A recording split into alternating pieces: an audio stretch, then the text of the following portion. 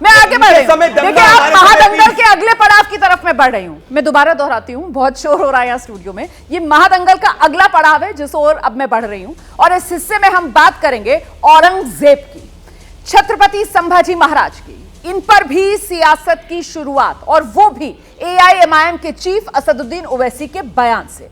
उसके बारे में आपको बताएं, उससे पहले औरंगजेब की कब्र पर बहुत बड़ी चेतावनी वाली खबर है। विश्व हिंदू परिषद के विवेक कुलकर्णी ने औरंगजेब की कब्र पर बहुत बड़ी चेतावनी दी है।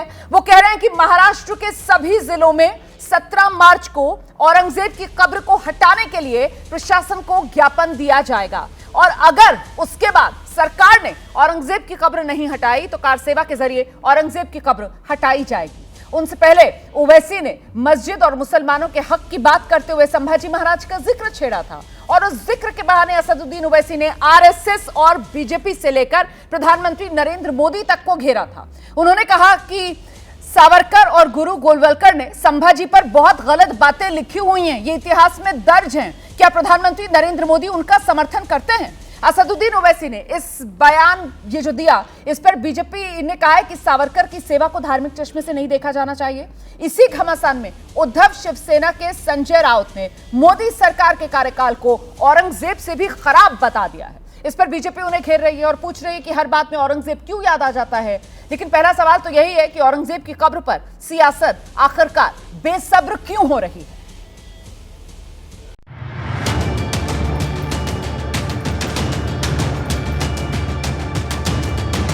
छत्रपति संभाजी को बदतरीन अल्फाज किसने इस्तेमाल किए थे?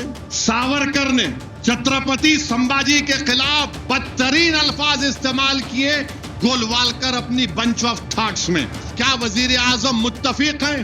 क्योंकि वजीर आजम बोला अच्छा पिक्चर है।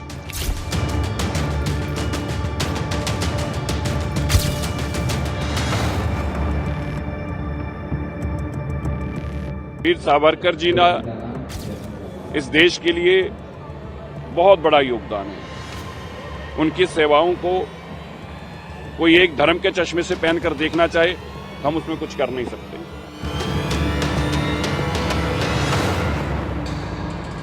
ये मोदी जी की जिम्मेदारी। ये आप छावा फिल्म देखो, जो लिखा था गोलवलकर गुरु जी ने वो गलत था संभाजी महाराज के बारे में। ये उन ठोक कर बोलना चाहिए, क्योंकि संभाजी राजे हमारी दैवत है।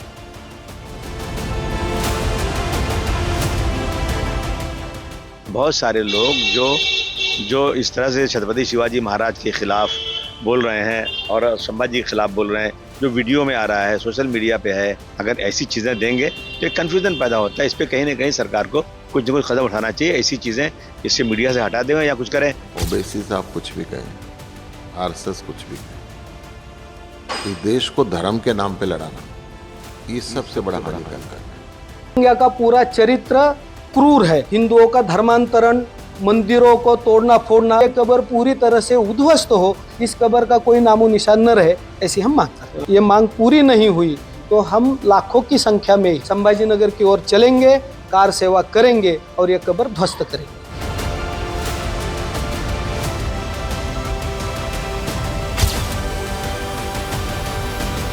औरंगजेब ने अगर अन्याय किया है, अत्याचार किया, तो आप लोग क्या कर रहे हो?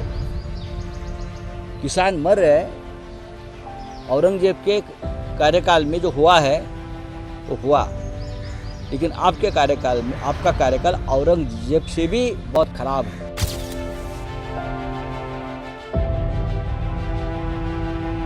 औरंगजेब के साथ इतना प्यार क्यों है? उनको हर बात में औरंगजेब क्यों याद आता है?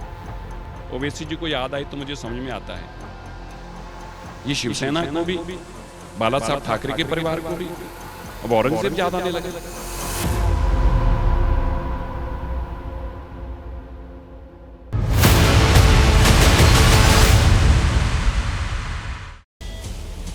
तो औरंगजेब की कब्र पर यह सियासत बेसब्र, इसी पर जरा आप चर्चा कर लेते हैं। सबसे पहले प्रोफेसर संगीत रागी, मैं आपके पास आ रही हूं और आपसे मैं समझना चाहती हूं कि एनडीए की सरकार है महाराष्ट्र में, और वहां पर अगर विश्व हिंदू परिषद जो है वो कारसेवा करेगी और कारसेवा के जरिए औरंगजेब की कब्र को हटाया जाएगा, तो इससे क्या संदेश जाएगा?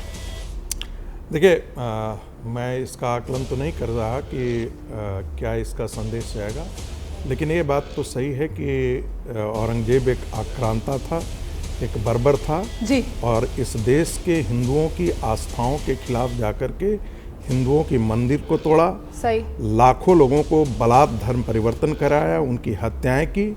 ऐसे क्रूर आदमी की मज़ार या उसके नाम पर रोड होना, उसके नाम पर गली मोहल्ले को होना, ये सब तो पहले आज़ादी के पश्चात ही हटाया जाना चाहिए था।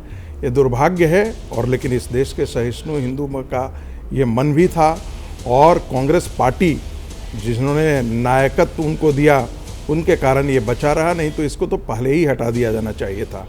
अब आने वाले दिनों में यदि विश्व हिंदू परिषद ये फैसला लेती है कि हटाया जाना चाहिए तो मैं तो इसका स्वागत करूंगा। प्रदीप भंडारी जी, मतलब विश्व हिंदू परिषद को आगे आने पड़ रहा है हटाने के लिए, आपकी सरकार जो है वो कुछ नहीं कर पा रही है। देवेंद्र फडणवीस जी ने स्टेटमेंट दे दिया है कि पूरा महाराष्ट्र औरंगजेब की मजार को हटाना चाहता है। और अगर आप ऐतिहासिक रूप से देखेंगे रुमाना जी, तो हमारी सरकार जन भावनाओं का समर्थन करती है, तो आज नहीं तो कल ये हो जाएगा। हमें और उनमें ये फर्क है। मैं एक छोटी सी चीज पूछना चाहता हूँ, नहीं तो फिर ये बेसब्री क्यों है? विश्व हिंदू परिषद को आप यहाँ पर कुछ नसीहत देना चाहेंगे क्या? हम किसी को नसीहत नहीं देना चाहते, उनका लोकतांत्रिक अधिकार है। लोकतांत्रिक अधिकार है कि आए और वो जो कब्र है वहां पर उसको तोड़ें। तो लीगली ही हटेगी। वो जन भावनाओं को प्रकट कर रहे हैं, और कार सेवा वो तो उसको हटाने के लिए जा रहे हैं ना। जाएगी वो सब, आप टेंशन मत लीजिए। लीगली आप ये डिबेट जरूर इस टॉपिक पे करेंगी कि महाराष्ट्र की भाजपा की सरकार ने औरंगजेब की मजार को लीगली हटाई, फिर इनसे जरा पूछिए कि इनके अबू आदमी ने क्यों, इनके अबू आदमी ने तो ये जनभावना, एक मिनट भाटी साहब, ये जनभावना बनाने के लिए वीएचपी की तरफ से कार सेवा की जा रही है? मतलब वो कह रहे हैं कि वो तो सरकार को हटाना ही है, वो तो राष्ट्रीय शर्म का एक तरीके से स्मारक है, उसको तो वहां रहने का कोई अधिकार ही नहीं है, हटना तो तय है उसका। लेकिन फिर ये जनभावना बनाने के लिए विश्व हिंदू परिषद की तरफ से कार सेवा की जा रही है। जिस समय औरंगजेब का शासन था जी, उस समय ना कोई कानून था, ना कोई संविधान था, ना न्यायालय थे। उस समय कोई भी राजा होते थे वो तानाशाह होते थे, अत्याचार करते थे, शोषण करते थे। आज देश में संविधान है, कानून का राज है, लोकतंत्र है, जनभावनाओं की अनदेखी नहीं होनी चाहिए। आज के दौर में जो लोग औरंगजेब की भाषा बोल रहे हैं, जो औरंगजेब उस समय कर रहा था या औरंगजेब के अलावा अन्य राजा कर रहे थे, कि राजा की मर्जी कानून होता था। नहीं तो ये आप ये कह रहे हैं औरंगजेब बैठे हुए हैं यहाँ पर, ये औरंगजेब की क्या इच्छा थी? की भाषा बोल रही है। मुझे दो उदाहरण दीजिए ना, फिर मैं इनसे जवाब लेता हूं। जैसे दो उदाहरण देता हूं, दो उदाहरण सुनिएगा भंडारी जी, सुनिए। उत्तर प्रदेश के मुख्यमंत्री योगी आदित्यनाथ कहते हैं कि एक दिन सबको भगवा पहनना पड़ेगा। ये औरंगजेब की भाषा है। अपने जैसा सबको कर देंगे, जो मैं जिस धर्म को मानता हूं वो सबको मानना पड़ेगा, या मेरी जैसी वेशभूषा पहननी पड़ेगी, या मेरी मर्जी चलेगी। ये औरंगजेब की भाषा है। चाहे औरंगजेब 300 साल पहले बोल रहा था, चाहे आज बोल रहा है, औरंगजेब का विरोध होना चाहिए। दूसरी बात, नहीं एक मिनट पहले दूसरी बात जवाब ले लूं, फिर दूसरा उदाहरण आपसे लूंगी। एक एक करके बात कर लेते हैं। एक मिनट, औरंगजेब, नहीं मेरी बात सुनिए ना, जो उन्होंने यहाँ पर पॉइंट रखा कि साहब औरंगजेब क्या चाह रहा था? वो पूरी दुनिया को हरा बनाना चाह रहा था, पूरी दुनिया का इस्लामीकरण करना चाह रहा था।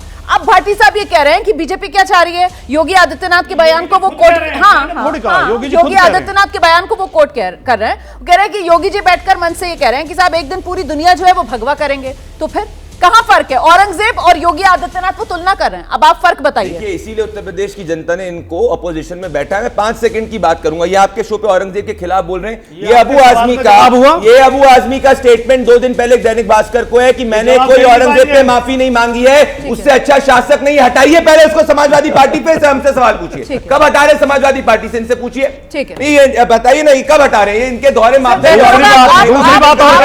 और भगवाकरण करने का ये मतलब नहीं होता है कि जाके कॉन्स्टिट्यूशनल रिपब्लिक को हटा के कोई मुगलाई रिपब्लिक लगाना है। भगवा हमारी संस्कृति का हिस्सा है, तिरंगे से लेकर हर जगह भगवा है, कोई फोर्स की बात नहीं है। पर इनसे पूछिए कि ये औरंगजेबी शासन को क्यों बैक कर रहे हैं? औरंगजेब जो हिंदुओं का हत्यारा, फोर्स कन्वर्जन की बात करने वाला, उसके अबू आजमी को अभी तक पार्टी से क्यों नहीं हटाया? ठीक है, दूसरा पॉइंट, एक सवाल का जवाब तो नहीं मिला।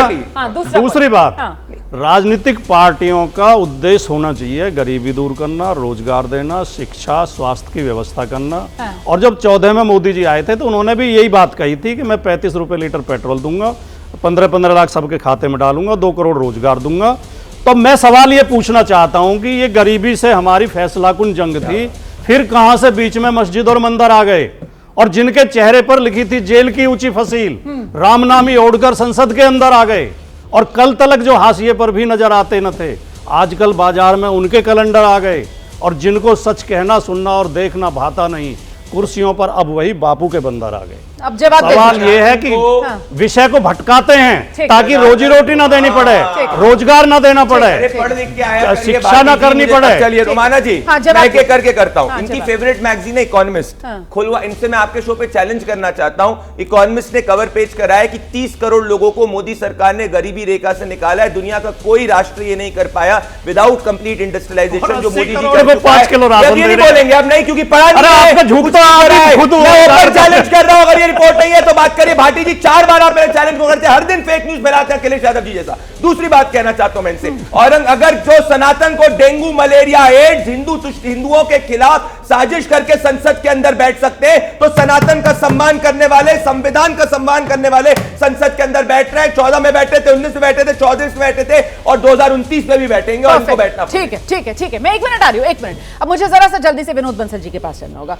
विनोद बंसल जी, लेकिन मैं आपसे समझना चाहती हूँ, यहां पर हम औरंगजेब की कब्र, उसका वो स्मारक मिटा देंगे, वहां तक तो बात सही है। विश्व हिंदू परिषद जो है वो सम्मान में छत्रपति शिवाजी महाराज, छत्रपति संभाजी के मैदान में उतरा है, लेकिन विश्व हिंदू परिषद की तरफ से गुरु गोलवलकर ने जो बंच ऑफ थॉट्स में छत्रपति संभाजी जी को लेकर जिस तरीके के शब्दों का इस्तेमाल किया, जिसका अब जोर शोर से जिक्र किया जा रहा है, उस पर चुप्पी क्यों है विश्व हिंदू परिषद की तरफ से? मतलब गुरु गोलवलकर ने तो छत्रपति संभाजी को पता नहीं क्या क्या आप शब्द नहीं कहे, बंच ऑफ थॉट्स में कहे हैं ना? नहीं, देखिए ये जो कहने वाले लोग कौन है, इसकी इनकी मानसिकता भी समझिए ना। लेकिन कहे तो है सर, नहीं कहने से तो काम नहीं चलेगा। वो तो लिखा हुआ है बंच ऑफ थॉट्स में, जिस तरीके के शब्द है, मतलब मैं तो नहीं बोलूंगी अपने मुंह से। नहीं, मतलब वो तो बंच ऑफ थॉट्स में तो बाकायदा लिखा हुआ है, छपा हुआ है सर। वो बात ये है ना कि सच्चाई गलत है, लेकिन किसके मुंह से कही जा रही है ये भी बड़ी इंपॉर्टेंट है, और किस मानसिकता से कही जा रही है। मैं एक बात कहना चाहता हूँ, जो औरंगजेब की मजार पर जाकर के फूल चढ़ाने वाले लोग हों, इन्हीं की पार्टी के लोग थे ना जी, वो आखिरकार बंच ऑफ थॉट को कोट कर रहे हैं या सावरकर के बारे में बोध करें तो दुनिया हंसेगी ना यार, इसके अलावा तो कुछ नहीं कह सकते।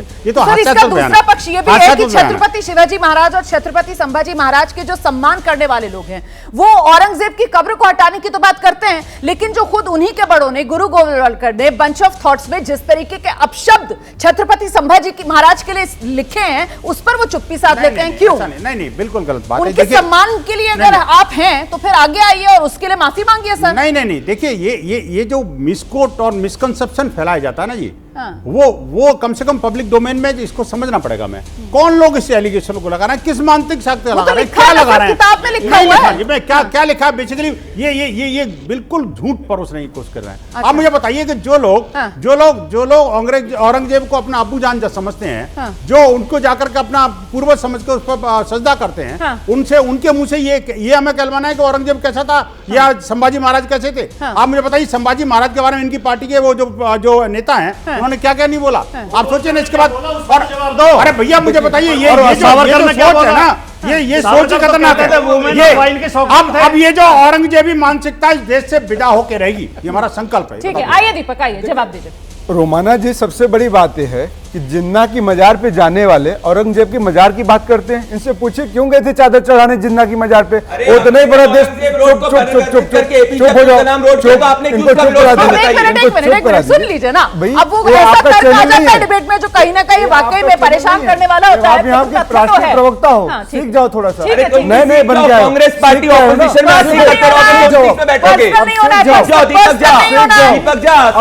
में करना भूल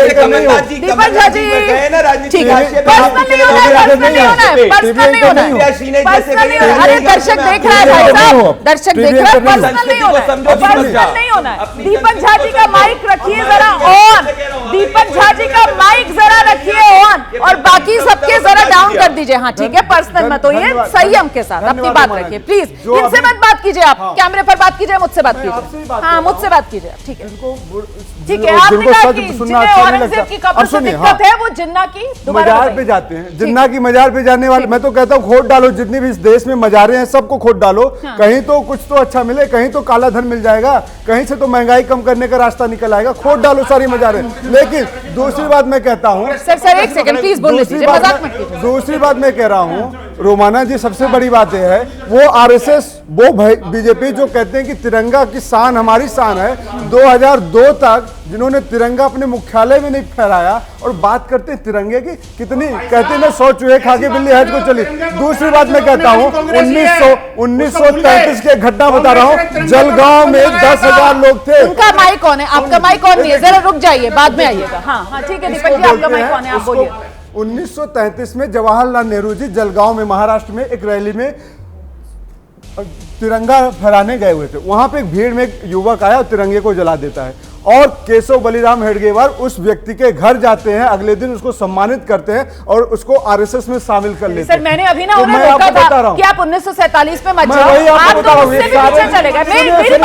मेरी बात सुनिए, यहाँ पर जो मुद्दा है, अभी जिस मुद्दे पर मैं बात कर रही हूँ, सर इतिहास में जाएंगे ना फिर तो कुरेदते जाइए। आप 10 किस्से सुना देंगे, वो 20 किस्से सुना देंगे, खत्म ही नहीं होगा मामला। मुझे इतना बता दीजिए आप, ये जो विश्व हिंदू परिषद की तरफ से कहा जा रहा है, वो जो कह रहे हैं कि अब हम कार सेवा करेंगे, 17 तारीख को पहले महाराष्ट्र के जिलों में जाकर वो ज्ञापन सौंपा जाएगा वहां पर, उसके बाद अगर नहीं मानी गई मांग तो विश्व हिंदू परिषद कह रहा है हम खुद ही कार सेवा कर देंगे, देखिए खुद ही वो कब्र को हटा देंगे। इस देश में लोकतंत्र है, इस देश में संविधान है। अगर लोकतांत्रिक और संवैधानिक तरीके से उचित है, नरेंद्र मोदी जी उनकी सरकार, देवेंद्र फडणवीस की सरकार समझती है कि उचित है, तो इनको परमिशन दीजिए, उनको करने दीजिए। और लोकतंत्र नहीं है, पाकिस्तान की सरकार है, पाकिस्तान में जैसे तानाशाही चलती है, पाकिस्तान में जैसे धर्म के नाम पे उन्माद फैले होते हैं, पाकिस्तान में जिस तरीके से खून खराबा होता रहता है, अगर इसको पाकिस्तान बनाना या पाकिस्तान समझते हो तो इनको करने दीजिए, इजाजत दे दीजिए। ये आपने पॉइंट रख दिया है।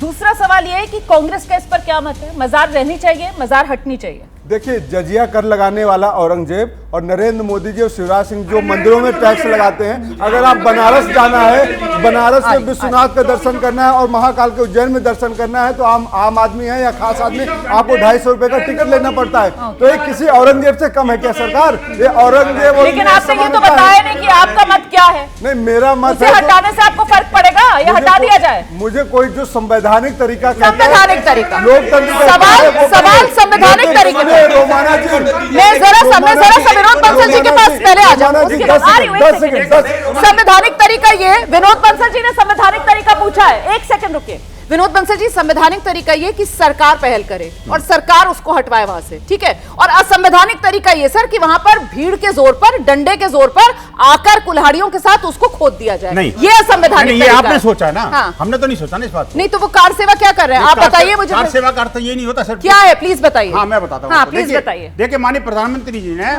लाल किले की प्राचीर से बोला था कि अब समय आ गया है कि गुलामी के जो प्रतीक चिन्ह है उनको समाप्त किया जाए, और इतना ही नहीं, गुलामी की मानसिकता को भी समाप्त किया जाए। आपको याद है कि जब भारत स्वतंत्र स्वाधीन हुआ था, प्लीज उन्हें बोलने दीजिए, उसके बाद आपने तो बोला नहीं ना। सर मुझे बताइए ना कार सेवा का मतलब क्या है? माइक सबके बंद है, उधर माइक बंद है, सिर्फ विनोद जी का माइक ऑन है। देखिए औरंगजेब जैसा आतताई, देशद्रोही, आक्रांता, विदेशी, वो तो हो गया, आगे आओ ना, कार सेवा वाली बात बता दो, क्लियर करो। आप विश्व हिंदू परिषद से हो। जन चेतना का जागरण होगा, और जन चेतना के जागरण के बाद हम सरकार नहीं तो कार सेवा में क्या करेंगे? कार सेवा के माध्यम से खुद जाकर उसे तोड़ेंगे नहीं, कलंक को समाप्त करेंगे। हाँ तो खुद जाके करेंगे ना समाप्त, खुद और क्या जनता के साथ करेंगे।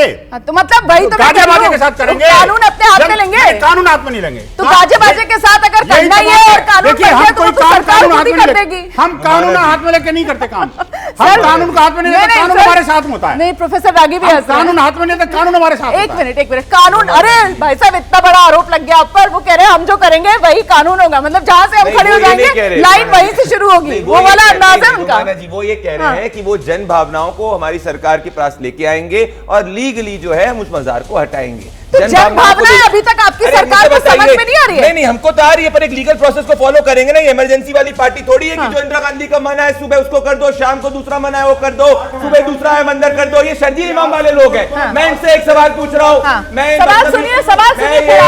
इनसे पूछ रहा हूँ, औरंगजेब रोड का नाम बदलकर हमने एपीजे अब्दुल कलाम रोड किया, इन्होंने विरोध ऑफिशियली कांग्रेस पार्टी ने किया, क्यों किया?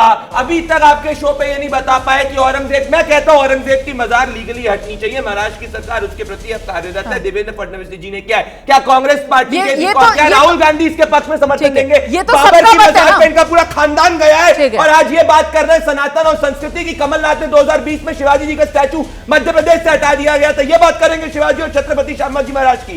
औरंगजेबी लोग ये लोग। और 10 सेकंड की इनको बात कहना चाहता हूं मैं। आज के दिन क्या हुआ है रोमाना जी, 4% मुसलमानों को स्पेशली सरकारी कॉन्ट्रैक्ट के अंदर इनकी कर्नाटक की सरकार ने रिजर्वेशन देने की बात किया है, जो एंटी कॉन्स्टिट्यूशनल है। जजिया मॉडल लाए ये, हिंदुओं पे अत्याचार करे ये, सनातन को डेंगू मलेरिया एड्स बोले ये। तो मतलब औरंगजेब वाली सरकार वो चला रहा है कर्नाटक में, है ना? औरंगजेब पार्टी कांग्रेस। मैं 10 सेकंड लीजिए फिर ये बता दीजिए, जिन्ना की मजार जानने वाले को ये भारत रत्न देते हैं, क्यों देते हैं भाई, क्यों देते हैं? मैं तो कह रहा हूं, अगर आपको लगता है कानून में गलत है तो आप तोड़िए, खोदिए मजार, कोई दिक्कत नहीं। लेकिन जिन्ना की मजार पे जाने वाले व्यक्ति को भारत रत्न कैसे दे दिया? अब मैं राम और आप मुझे बताइए, जिस बात औरंगजेब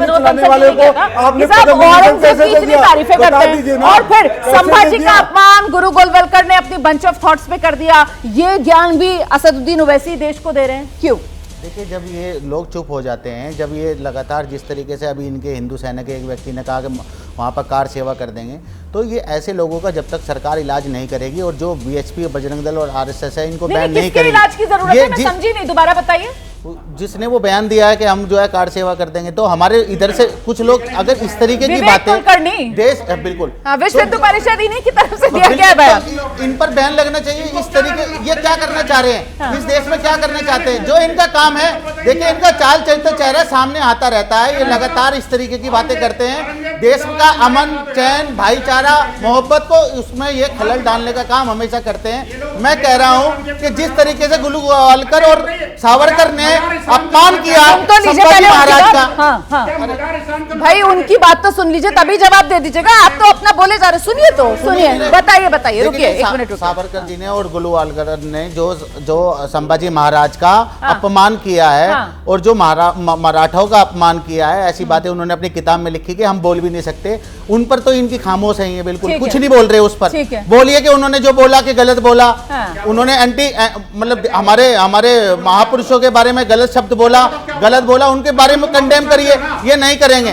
मगर जिस तरीके से आज की राजनीति हो रही है, मंदिर मस्जिद के अलावा, शमशान कब्रिस्तान के अलावा, 80-20 के अलावा राजनीति में कोई एजेंडा इनका सेट नहीं है। प्रोफेसर रागी के पास चलते हैं, प्रोफेसर रागी बड़ा दिलचस्प है। यहाँ पर औरंगजेब की कब्र को हटाना है, उस पर वो मतलब राष्ट्रीय शर्म का स्मारक है, उसका कोई जगह हो ही नहीं सकती है देश में, इस पे किसी को आपत्ति नहीं है। लेकिन यहाँ पर संभाजी महाराज, उनको लेकर जिस तरीके के अपशब्द बंच ऑफ थॉट्स में गुरु गोलवलकर की तरफ से लिखे गए, इसको लेकर चुप्पी साध लेनी है, मतलब क्या है ये? देखिए, बंच ऑफ थॉट में गुरुजी ने लिखा है, उसका एक सर्टेन कॉन्टेक्स्ट था, उसको लेकर के मुझे लगता है कि गलत तरीके से उसको प्रोजेक्ट किया जा रहा है यहाँ पे। वो एक शिवाजी की लेगेसी को उतना कैरी फॉरवर्ड नहीं कर पाए थे, इस संदर्भ में उस चीज़ को मेंशन किया गया है। दूसरी बात, जो अभी तो लेगेसी को कैरी फॉरवर्ड नहीं कर पाए छत्रपति शिवाजी महाराज की, तो फिर आप छत्रपति संभाजी के लिए इस तरीके के अपशब्दों का इस्तेमाल कर लो। मतलब कितने खराब शब्द उसमें इस्तेमाल किए गए? नहीं, कोई खराब शब्द का प्रयोग नहीं किया गया है। लेगेसी को कैरी फॉरवर्ड न करने देना ये कोई अपमानजनक बात नहीं है। लेकिन उसमें वो खामियां गिनाई गई है ना उसकी, वो तो सारी खराब शब्दों के जरिए खामियां गिनाई गई है। नहीं, दूसरी बात जो औरंगजेब को लेकर के है, विश्व हिंदू परिषद ने तय किया है कि वो जन जागरण अभियान चलाएगा, ज्ञापन देगा, और वाकई भारतीय जनता पार्टी की सरकार ने है, वो चाहती तो वहां से वो बात पूरी कर लेना। झा जी एक मिनट, हाँ जी, ठीक है, आवाज बंद कर दीजिएगा दीपक झा जी की। प्रोफेसर रागी की बारी है, प्रोफेसर रागी अपनी बात रखिए। आपका माइक ऑन है, आपका माइक ऑन है सर। एक प्रकार का जनजागरण पहले ही हो चुका है, ठीक है, और ये जनजागरण का ही प्रताप और ये है फल है कि मुख्यमंत्री को कहना पड़ा कि हम वहां से हटाने की कोशिश करेंगे महाराष्ट्र के अंदर से। तो एक ढंग से कहीं न कहीं विश्व हिंदू परिषद और सरकार दोनों एक ही पेज पर खड़े हैं, और आज नहीं तो कल मुझे ऐसा लगता है कि महाराज से औरंगजेब की जितनी मज़ारें थी वो हट जाएंगी, हट जानी चाहिए। ठीक है, तो विश्व हिंदू परिषद और महाराष्ट्र सरकार, जो प्रोफेसर रागी कह रहे हैं कि साहब वहां पर किसी तरीके का कोई विरोधाभास नहीं है, दोनों एक ही पेज में है, वो तो जन जागरण का काम करेगी और फिर उसी जनभावना के अनुरूप महाराष्ट्र सरकार जो है वो कानूनन ये विकल्प तलाशेगी कि कैसे खत्म कर दिया जाए वो शर्म का निशान।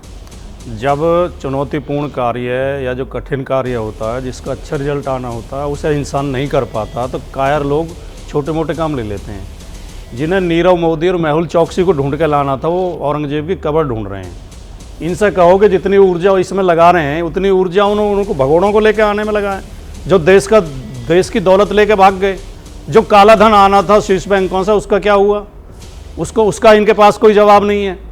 तो सवाल ये है, और जो ये कार सेवा शब्द है, रोमाना जी आपने भी कई बार प्रयोग किया, ये बहुत बहुत सम्मानित शब्द है। ये हमारे सिख धर्म का शब्द है। कार सेवा होता है निर्माण के लिए, सकारात्मक शब्द है ये कंस्ट्रक्शन के लिए होता है, ये तोड़ फोड़ के लिए नहीं होता। इन्होंने कार सेवा शब्द को भी बदनाम कर दिया। जो अयोध्या में कार सेवा हुई वो सबने, पूरी दुनिया ने देखी है। कितने लोग उसके बाद मरे, कितने दंगे हुए, कितनी संपत्ति जलाई गई। तो ये लोग तोड़ना जानते हैं, निर्माण करना इनके हाथ में नहीं है। ये निर्माण नहीं कर पाते। नहीं, हमने जिस बात का जिक्र किया कि ये कार सेवा 1992 में आदेश की रक्षा के लिए, और तब तो देखा था किस तरीके से वो ढांचा, विवादित ढांचा गिराया गया। तो इसी वजह से इस बार जब कार सेवा हो रही है तो फिर यही मैसेज जा रहा है कि इस बार भी वो जो वहां पर ढांचा है वो हटा दिया जाएगा, हटाया जाएगा ढांचा। ये कार सेवकों का सम्मान है इनका। नियत कार सेवकों को गोली चलाना इनका सम्मान है। सेवक तोड़फोड़ करते ही नहीं है, कार सेवा का निर्माण करते हैं। ये इनकी सोच। आप कार सेवा शब्द का ही अपमान कर रहे हैं। अच्छा, आप संविधान का अपमान करते हैं, गोली चला के बड़ा सम्मान किया था। इनके धर्म का भी अपमान करते हैं। मेरा बच्चा आता था अभी तो दर्जन भर में धर्म का। चलिए, समय मेरे पास आज इतना ही है। बहुत बहुत धन्यवाद आप सभी का आज के शो में मेरे साथ जुड़ने के लिए। सवाल बड़ा यही है कि आखिरकार औरंगजेब की कब्र को लेकर सियासत इतनी बेसब्र क्यों? ये भी अपने आप में एक बड़ा सवाल। और हिंदू मुसलमान इस राजनीति से देश को क्या निजात मिलेगी, या फिर आने वाले दिनों में इसी तरीके की बहसें आप यहां न्यूज चैनल्स पर हमारे साथ देखेंगे।